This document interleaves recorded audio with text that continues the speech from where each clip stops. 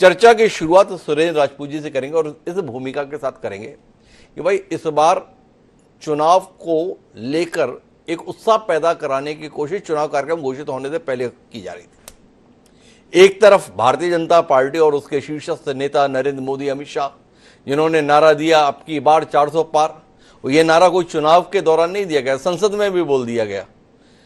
वहीं दूसरी ओर आपकी पार्टी समेत विपक्ष का एक गठबंधन है जिसने कहा कि बदलाव इस बार लाना तय है और यह भारतीय जनता पार्टी और एनडीए को घर बिठाना तय है।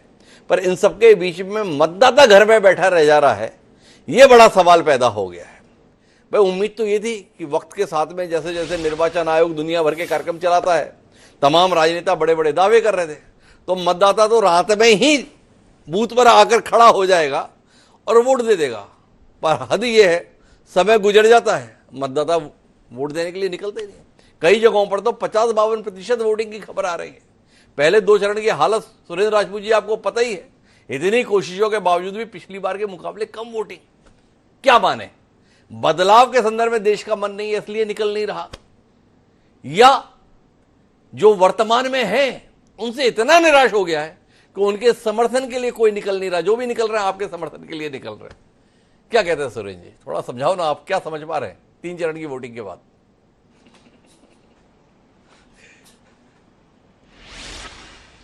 हिमांशु भाई, जो सबसे बड़ी चीज है कि मीडिया का जो सबसे ऊर्जावान और विचारवान चेहरा है जी, हिमांशु द्विवेदी, उन्होंने अपने सवाल में ही अपना जवाब दे दिया है जी। 2-3 चीजें बड़ी स्पष्ट हैं। पहली बात तो आपके सवाल में ही इलेक्शन कमीशन के प्रति और उनका जो एक तरफा रवैया है उसके प्रति प्रश्न उठ रहे हैं। जी भाई, वोट निकालने का काम, वोट को उत्सव के रूप में करने का काम, सारा काम इलेक्शन कमीशन का है।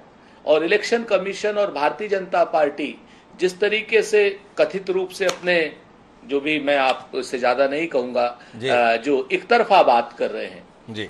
एक तरफ तो हमारा कोई कार्यकर्ता कुछ कह देता है फर्रुखाबाद में आकर के तो उसके खिलाफ एफआईआर हो जाती है। दूसरी तरफ प्रधानमंत्री जी पता नहीं कभी जिहाद की बात करेंगे, कभी मंगलसूत्र की बात करेंगे, कभी क्या नाम कहेंगे कि 2 भैंस में से 1 भैंस कांग्रेस ले जाएगी। तो भाई हम प्रधानमंत्री जी को आश्वस्त कर रहे हैं कि आपकी कोई भैंस हम नहीं ले जाएंगे, 4 तारीख को ससम्मान दिल्ली वापस करेंगे हम आपकी भैंस। कोई आज तक हमने कोई भैंस किसी की ली नहीं, तो कैसे ले लेंगे आपकी भैंस, कोई चिंता वाली बात नहीं है।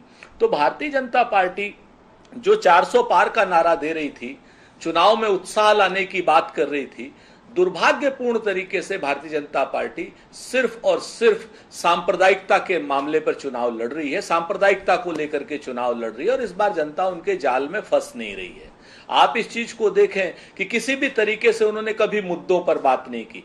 कभी मंगलसूत्र पर बात कर रहे हैं, कभी हिंदू मुसलमान पर बात कर रहे हैं, कभी पाकिस्तान पर बात कर रहे हैं। क्या आपने कभी उनको नोटबंदी पर वोट मांगते देखा, या आपने उनको कभी महंगाई पर वोट मांगते देखा, या आपने उनको कभी बुलेट ट्रेन पर वोट मांगते देखा, या चीन ने जो 4000 किलोमीटर का अतिक्रमण किया उस पर वोट मांगते देखा, या हिमांशु भाई जो कोरोना काल में इन्होंने तथाकथित रूप से इतने बड़े काम किए, कोविशील्ड वैक्सीन मेरी है, मोदी जी की फोटो है, ये है, सारी चीजें हैं, तो आपने कोविशील्ड वैक्सीन पर वोट मांगते देखा? मैं तो आपके चैनल के माध्यम से सब लोगों को कहना चाह रहा हूं कि भाई कोविशील्ड वैक्सीन जिसने भी लगवाई है अपना रेगुलर जो है वो हेल्थ चेकअप भी कराएं और ब्लड का टेस्ट भी कराते रहें, ताकि आप सब लोग सुरक्षित रहें। जिस तरीके के शोध आ रहे हैं उनको लेकर के मैं बात कह रहा हूं। तो जो भी प्रधानमंत्री जी ने पिछले 10 साल में काम किया, आपने हमने लगातार उन पर 10 साल बहस की, उसमें से किसी भी एक काम पर भी प्रधानमंत्री जी अगर वोट मांग रहे हो तो मुझे बता दीजिए। प्रधानमंत्री जी वोट मांग रहे हैं किस काम पर? कि साहब वो कांग्रेस का पाकिस्तान समर्थन कर रहा है। तो मेरा आरोप है कि भाई फवाद जो भी पाकिस्तान का है उसको कहीं आपने हाफिज सईद के जरिए या किसी और के जरिए, नवाज शरीफ के जरिए कहलवा तो नहीं दिया। आप क्यों आकर के गैर मुद्दों को, गैर जरूरी मुद्दों को, फिजूल के मुद्दों को अगर जब उठाते हैं तो लगता है कि भारतीय जनता पार्टी हताश भी है, भारतीय जनता पार्टी निराश भी है और भारतीय जनता पार्टी को हार का खौफ भी है, जिसकी वजह से रोज वो नए नए बात करते। कभी हमारे नेताओं को शहजादा कहने लगते हैं। हाँ, हैं हमारे नेता शहजादा। भाई, हमारे माँ बाप ने राहुल गांधी जी को भी शहजादे की तरीके से पाला परोसा बड़ा किया। हमारे नेताओं ने क्या नाम जो है लालू प्रसाद जी के बेटे तेजस्वी यादव जी को भी शहजादे की तरीके से पाला परोसा बड़ा किया। अखिलेश यादव जी को भी शहजादे की तरीके से पाला परोसा बड़ा किया। आपके माँ बाप ने अगर आपको शहजादे की तरीके से पाल परोस के बड़ा नहीं किया तो आप अपने माँ बाप से शिकायत कीजिए, हम लोगों से शिकायत क्यों कर रहे हैं?